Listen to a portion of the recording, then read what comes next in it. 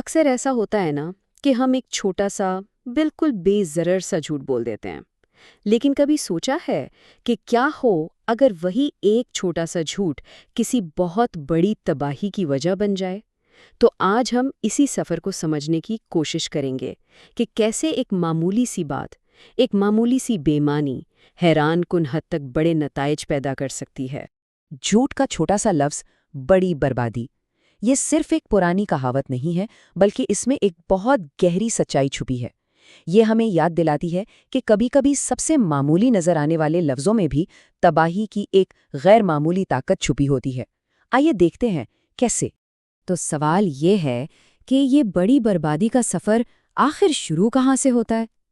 और पता है, इसका जवाब इतना सादा और आम है कि हम अक्सर उस पर गौर तक नहीं करते। ये सब शुरू होता है एक वाहिद, बज़ाहिर बिल्कुल हार्मलेस एक छोटे से कदम से। माफ करना यार, ट्रैफिक में फंस गया था। कितना सुना सुनाया लगता है ना? शायद कभी बोला भी हो।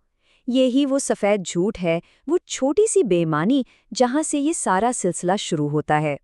ये दिखाता है कि ये कितनी आसानी से हमारी रोज़मर्रा की ज़िंदगी का हिस्सा बन जाता है।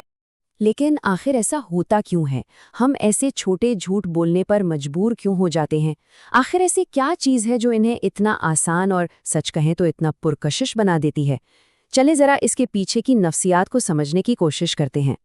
अक्सर हम खुद को तसल्ली भी दे देते हैं। हम कहते हैं, अरे किसी का दिल दुखाने से तो बेहतर था, या किसी फजूल की बहस या झगड़े से बचने के लिए कह दिया।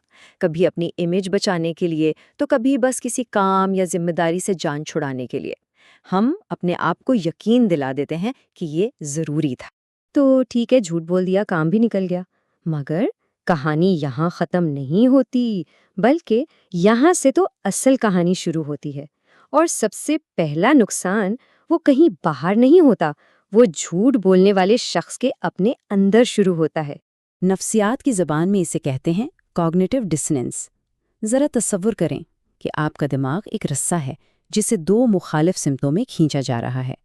एक तरफ वो सच है जो आप जानते हैं, और दूसरी तरफ वो झूठ है जो आपकी ज़ुबान पर है। ये जो अंदरूनी खींचातानी है ना, ये जो ज़हनी बेचैनी है, यही वो पहली कीमत है जो हम अदा करते हैं। और फिर यहाँ से शुरू होता है स्नोबॉल इफेक्ट। पहले एक छोटा सा झूठ, फिर उसे बचाने के लिए एक और झूठ, फिर उस दूसरे को कवर करने के लिए तीसरा, और देखते ही देखते एक पूरा जाल बन जाता है।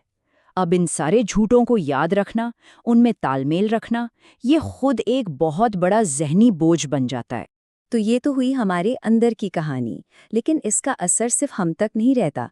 ये तूफान अब बाहर निकलता है और सीधा हमारे रिश्तों से टकराता है। ये ज़ाती टूट-फूट अब दूसरों के साथ हमारे ताल्लुकात को कमज़ोर करना शुरू कर देती है। किसी भी रिश्ते को एक इमारत की तरह समझ लें, और उसकी बुनियाद क्या है? सच्चाई, एक ठोस मजबूत बुनियाद। लेकिन हर छोटा झूठ उस बुनियाद में एक बारीक सी दरार डाल देता है। शुरू में शायद नजर भी ना आए, लेकिन दरार पर दरार पड़ती जाती है, और एक दिन पूरी इमारत ही खोखली और नाकाबिले एतबार हो जाती है। और इसकी एक और कीमत है, वो है हमारी ज़हनी तवानाई। सोचें, एक सेहतमंद रिश्ते की 90% एनर्जी आपस की बातचीत, एक दूसरे को समझने में लगनी चाहिए।